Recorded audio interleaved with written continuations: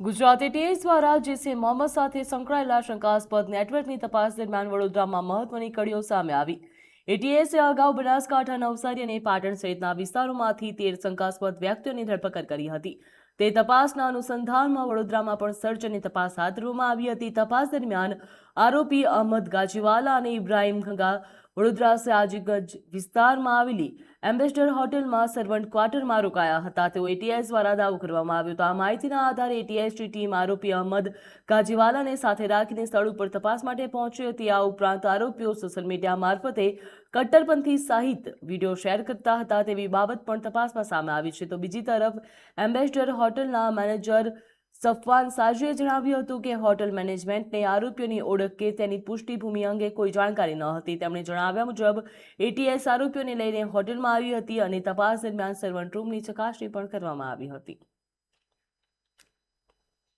Madam એમ મત કહો કે અહીંયા રોકાયા હતા, પહેલા એનું સચોટ સમજો। પહેલા રોકાયા હતા એ વર્ડ ખરાબ છે।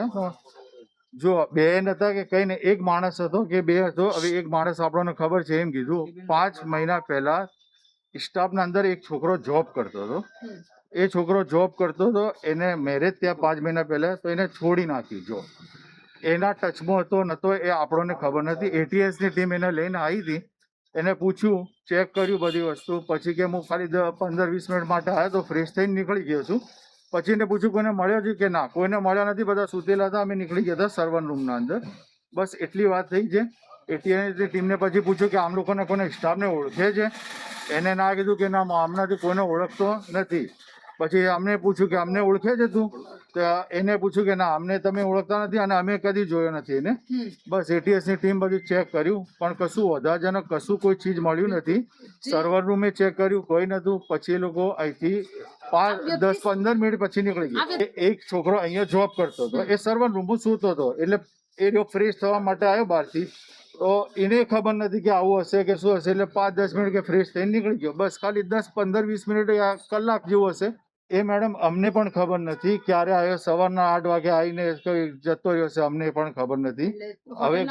હવે જે જોબ કરતો હોય મેડમ, તમે જો કે અમે કોઈ બી જોબ કરતો હોય, કોઈ ગામ, તમારા ગામનો કોઈ વ્યક્તિ આવે તો આ તમે તો પહેચાનતો કે ભાઈ અમારો ગામનો વ્યક્તિ છે, મારો પાડોશી છે, એને ખબર નથી કે આવું છે કે એમ છે।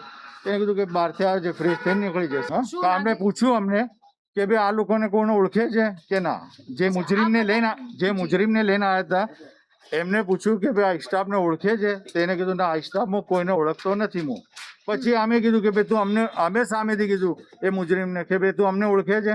તો કે ના, અમને નથી જોયા। અને સાચું કહું, પહેલી વખત એની શકલ જોઈ, બસ એનાથી હજુ કશું નથી। એટીએસની ટીમ આવી, ચેકિંગ કરી ગઈ, કશું મળ્યું નથી। એમને કીધું કશું તમારે બિલકુલ અમે લોકો રાખીએ જ છીએ, પણ સવારના ટાઈમ પર કેવું છે કે અમે લોકો ઘરે રહીએ છીએ અહીંયા, તો આટલે કેવી રીતે કે સવારે 8 વાગે આવી ગયો। હવે એ વખતે કોઈ છોકરો જોબ પર ન હતો, એ છુટ્ટી પર હતો, એટલા માટે એને પણ મેરેજ હતા, મેરેજના સિઝન હતી, એટલે તો 2 દિવસ માટે એમ હતો, એટલે એના મને કે કોઈ સ્ટાફનો માણસ હશે, બસ એટલી વસ્તુ જ છે।